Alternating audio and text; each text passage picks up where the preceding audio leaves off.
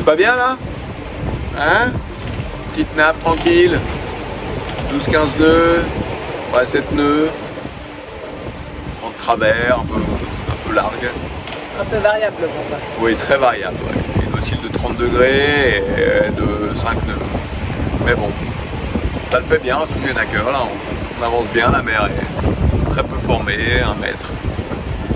C'est cool.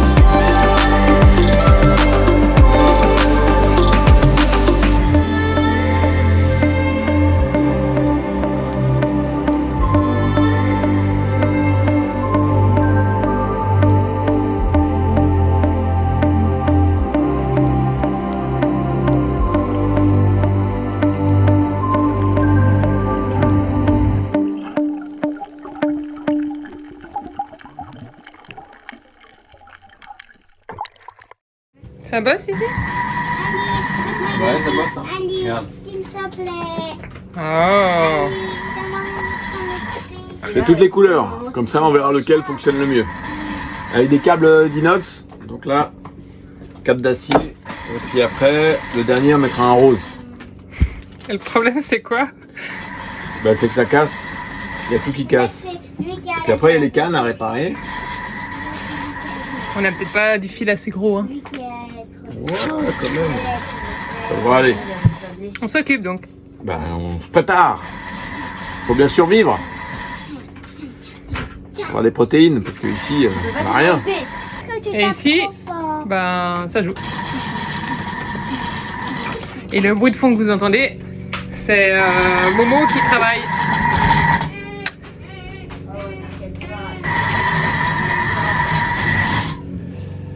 On a trouvé à KEI dans le congélo des burgers et bah, du coup on les a pris et puis on se fait des pains burgers pour pouvoir faire des hamburgers.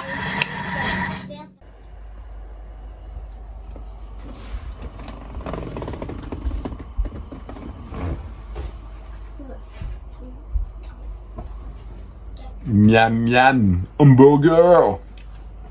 Alors, ce burger, Ben c'est pas mal. Camille, il est bon? Tu l'as goûté? J'ai pas goûté. Ouais. Ça, tout va tomber là. Oh là là. Ah, c'est chaud un petit peu. Tu l'es pas. Petit, petit. Deux petits les pains. Moi j'ai pas fini. Oula, il y a un train glissé.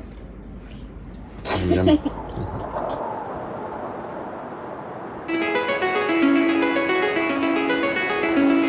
It's calling me like the rainbow. It's calling me like the rainbow. The rainbow.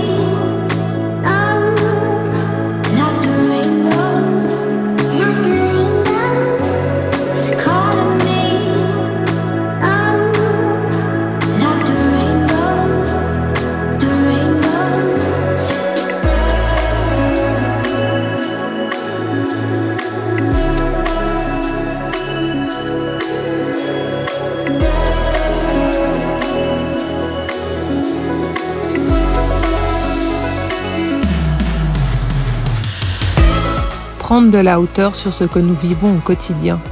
Prendre de la hauteur sur le chemin accompli.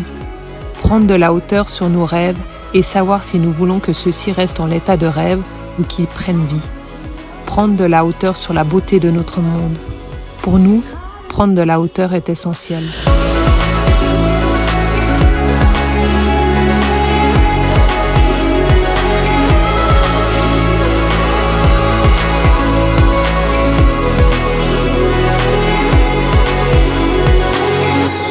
We got this one day soon. We got this one day soon.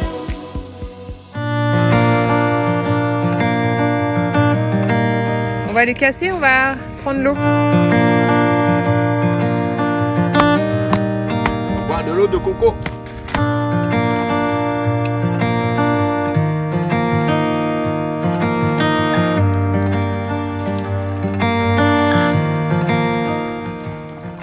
Et voilà, après l'eau, vous pouvez manger La coco. la coco, ce qu'il y a dedans. Alors, elle n'est pas sèche comme on a l'habitude, mais elle est quand même super bonne. C'est bon, Camille? J'ai pas goûté. Non, Et nous voici à Taneha. Taneha. Un peu plus encore au sud des îles Tuamotu. Oui. À 60 000 au sud-est de l'île de Kauai qu'on a quitté hier. Donc on a fait une belle navigation en partant à 4h30 du matin, donc à la nuit, pendant la nuit. On était sur une bouée à l'extérieur de la passe, donc c'était parfait. Donc une belle navigation sous Genaker et un bon petit vent, 12-14 nœuds, on a 6 nœuds 5 de moyenne, c'était parfait. Peu de mer, 1 mètre de houle, donc c'était très très bien. Et la passe, donc on est rentré dans la passe. Tiens droit Eliane, parce que regarde. Ben oui, nous sommes rentrés. Ouais. On est rentré dans la passe donc à marée sortante, donc ce qui n'est pas très conseillé, mais vu le timing, ben, on était un peu obligé de faire ça. Mais en passant sur le côté, donc on a réussi à avoir un petit contre-courant, donc c'était parfait pour rentrer, quoi. Il y avait un petit mascaret, mais pas trop. Ouais, donc on est passé au bord, donc du coup on n'en avait pas. Le mascaret, c'est les vagues qui se lèvent en fait en courant contre Contre vagues, mer. Contre mer, ouais. Ça peut créer des vagues assez importantes, mais là, ça a Là été. c'était parfait. Ouais.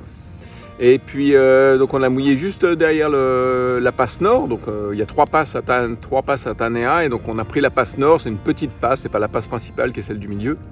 Et puis donc on a mouillé à côté, c'était très très beau, donc il y avait un champ de patates, mais on a mouillé selon la méthode locale, donc avec des bouées, on utilise nos pare-battes pour flotter l'ancre et la chaîne et éviter que la chaîne rague sur les patates de corail et les abîme. Donc c'était parfait, c'était très bien mouillé, bravo Eliane. Et aussi qu'on reste croché dedans. Oui, éviter aussi qu'on reste croché dedans. Il y a Deux raisons. deux raisons. Et puis donc on a profité aussi pour faire un petit snorkeling dans la passe, justement la passe nord. Superbe surprise. Ouais, c'était très très beau, un champ de corail très beau, des beaux poissons. Un peu comme la passe sud de Fakarava, hein. C'est tapissé en fait, tout corail. tapissé de corail, mais encore beaucoup plus en fait, sur une plus grande surface. Ouais, c'est vraiment très très beau. Les enfants ont aussi bien apprécié, on s'est bien amusé là-bas. Voilà, et puis là il y a un coup de maramou qui est annoncé, donc qui va durer assez longtemps, au moins une semaine, voire plus. Donc le maramou, un vent de sud-sud-est, qui amène de la houle également. Donc il y a 25 avec des rafales à 30 annoncées au plus fort. Donc on est venu s'abriter comme tous les bateaux d'ailleurs qui étaient au mouillage pas loin de nous. On a compté 14 bateaux sur tout l'atoll. Et quand donc, même, hein. Ouais, quand même. Et donc là, nous, on est 2 sur un petit motu. Et puis, il y en a 9 à côté sur un autre motu. Donc, on a préféré venir où il y avait le moins de bateaux. Et puis, donc, on est au sud-est de l'île, de l'atoll, donc abrité derrière un motu avec des palmiers, quoi. Donc petit clin d'œil au bateau copain Nawax avec qui on cherchait en fait les sables roses, en fait à l'identique qu'on avait fait à Fakarava. Et donc on cherchait avec eux ça et on ne trouvait pas. Et ben voilà, on l'a trouvé. C'est ici. Ouais.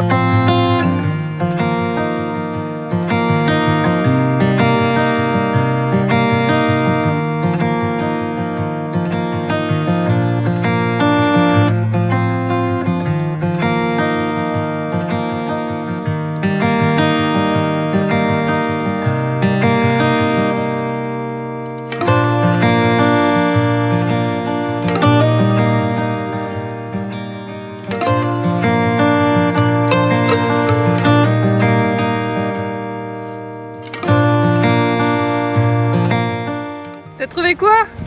Une râpe à coco. Une râpe à coco? Ou un arrosoir. C'est quoi? Une os de baleine. Enfin, la colonne vertébrale. Un morceau de colonne. Ouais, on sait pas si c'est baleine ou orcane, orque. Expert? Je ne sais pas, je ne saurais dire. C'est peut-être un bébé, une petite baleine. Tu nous montres un peu mieux? Nous avons appris par la suite qu'il s'agissait bien d'une baleine qui s'est échouée sur la barrière de corail il y a quelques années.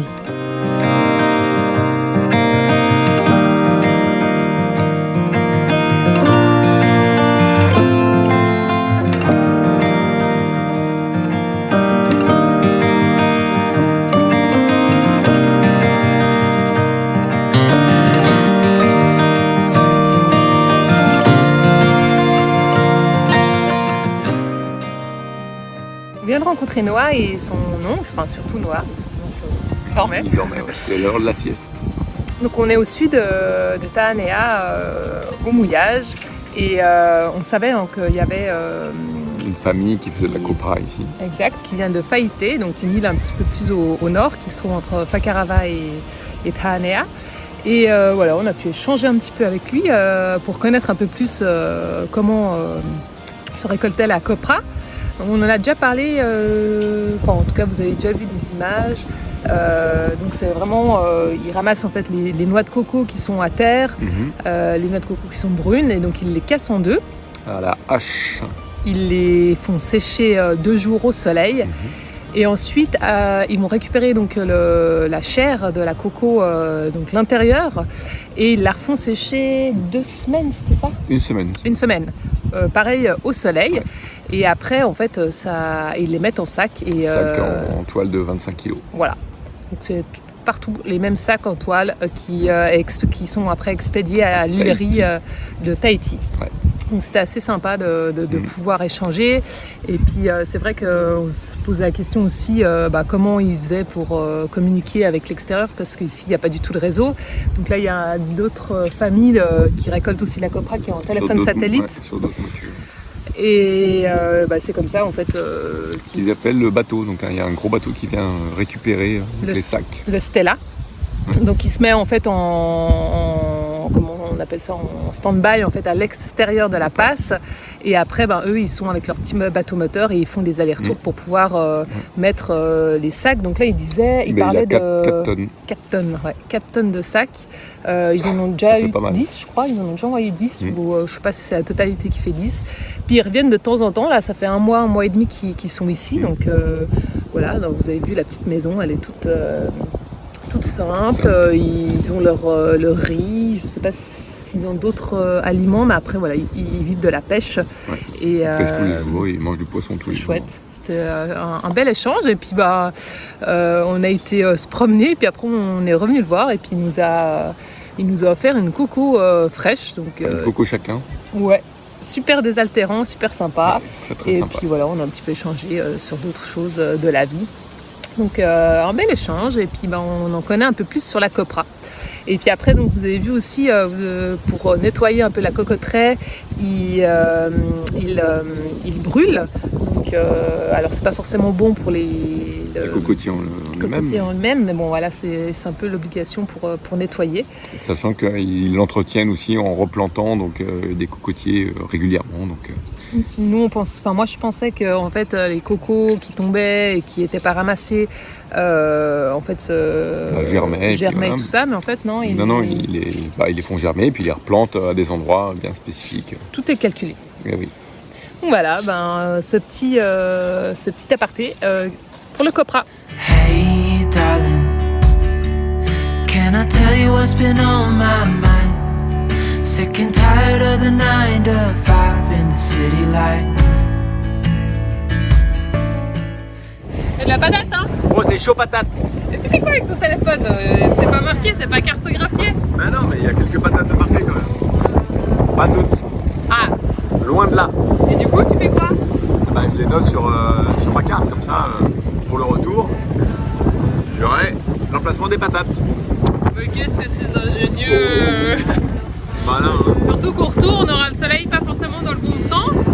On fera en sorte sorte de partir soit tôt le matin, soit tard le soir. Dans le soir. Donc voilà, là on les voit plutôt bien. Il y a un peu de vaguelettes, donc ça complexifie la chose. Mais notez les patates! We can look back someday. Baby, don't you understand that we only get one life? I wanna make it count, honey. Come on now and take my hand. Hey, darling, I love it when it's me and you on the road with a couple of tunes in a car for two. Hey, darling, you know we're gonna have a really good time, driving in the middle of the night when the stars are bright.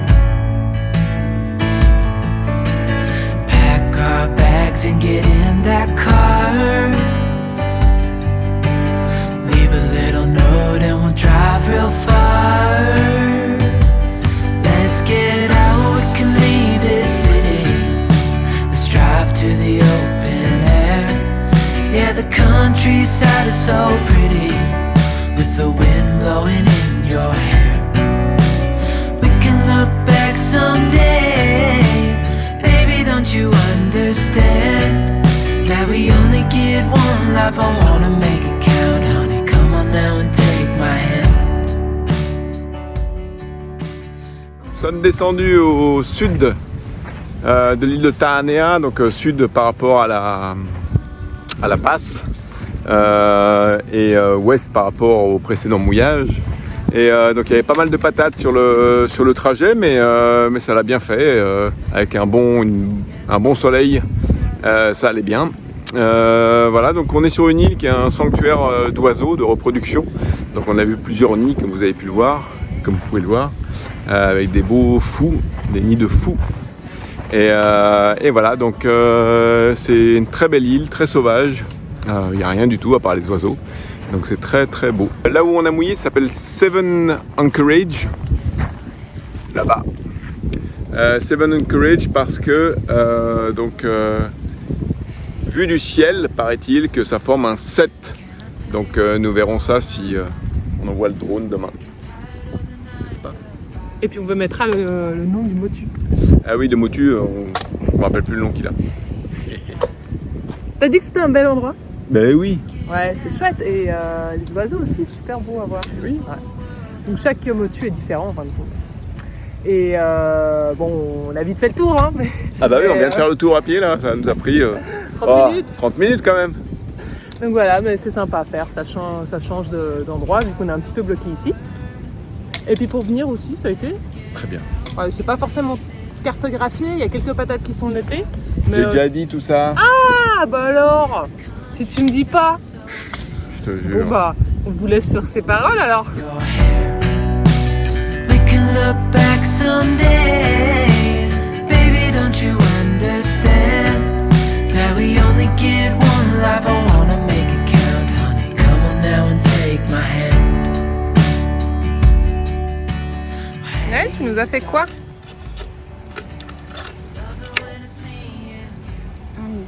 On the road with a couple of tunes in a car for two. Hey, darling, you know we're gonna have a really good time, driving in the middle of the night when the stars are bright.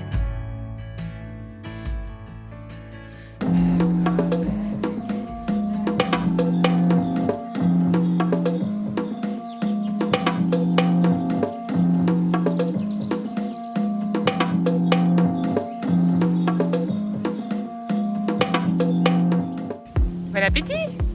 Bon appétit! Bon appétit!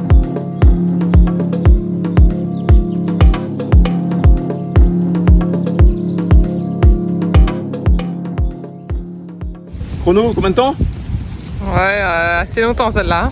Ouais, c'est dur. Après, vous avez pu voir dans une autre vidéo où c'était un morceau en métal. Et normalement, Patrice, il fait avec sa machette, mais c'est pas top. Puis là, on a trouvé ça, c'est pas mal. Une autre? Les voyageurs, je me pose un petit moment pour vous parler de la coco.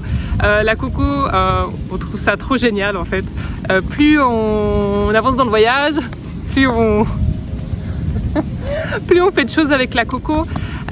Donc au début on la mangeait comme tout le monde en fait, on buvait l'eau de coco, on utilisait la coco qui est séchée à manger comme ça en dessert ou en encas.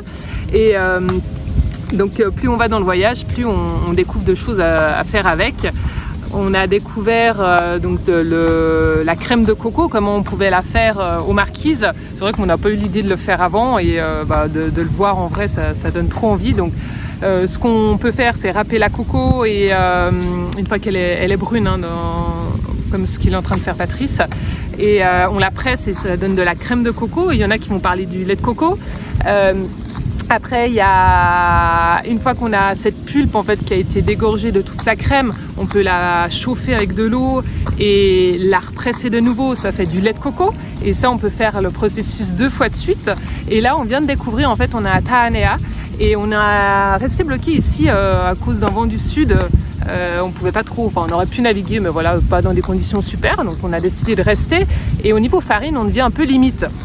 Donc la dernière découverte, c'est qu'une fois qu'on a fait notre lait de coco, qu'on l'a même repassé 2 fois à la chauffe avec de l'eau, on récupère cette pulpe qui est pratiquement toute sèche et on va en faire de la farine. Donc en fait on la fait chauffer au four et on la fait donc sécher et puis on la mixe et puis ça va très bien pour faire des gâteaux.